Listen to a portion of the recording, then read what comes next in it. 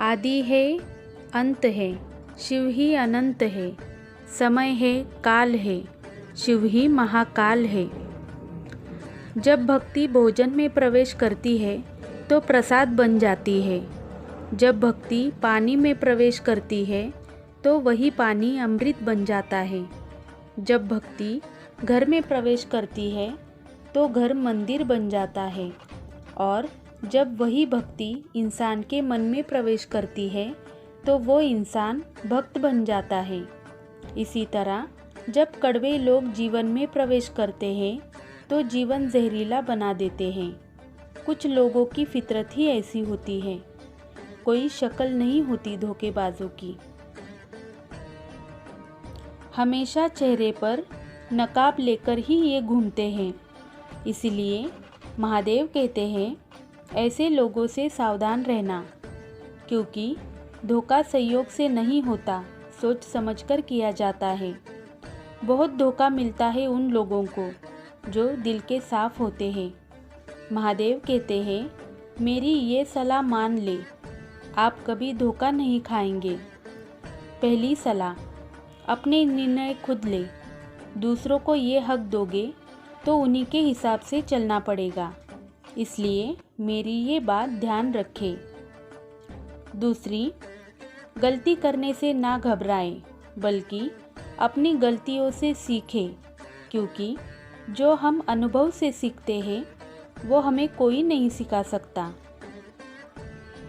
तीसरी सलाह, अपनी कमज़ोरियाँ कभी किसी को ना बताएं, क्योंकि इसका इस्तेमाल आपके खिलाफ भी वो कर सकते हैं, जिससे बाद में जाकर आपको तकलीफ़ ही होगी और आपको पछतावा होगा कि क्यों मैंने अपनी बातें इनको बताई।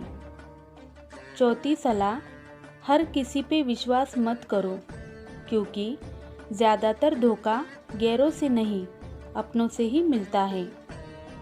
पांचवी सलाह, अपनी भावनाएं सबके साथ शेयर ना करें।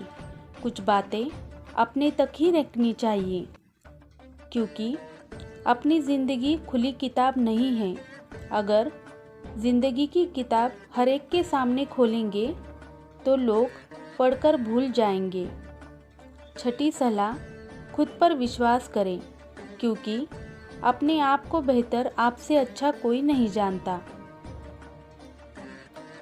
अपनी खूबियाँ और कमियाँ दोनों को ही स्वीकार करें।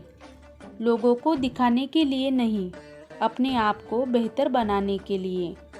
शीशा कमज़ोर ज़रूर होता है, लेकिन सच्चाई दिखाने से कभी डरता नहीं।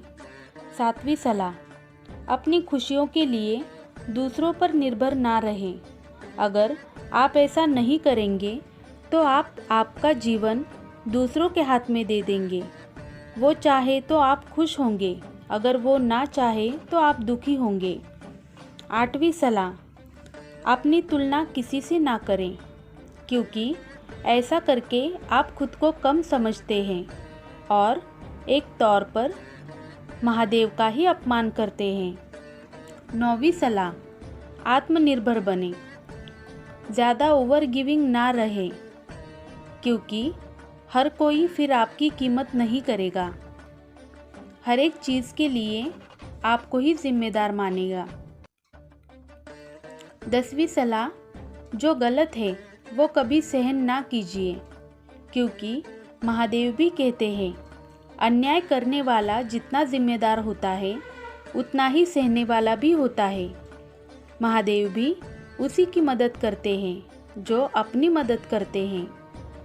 अपने ऊपर विश्वास रखें।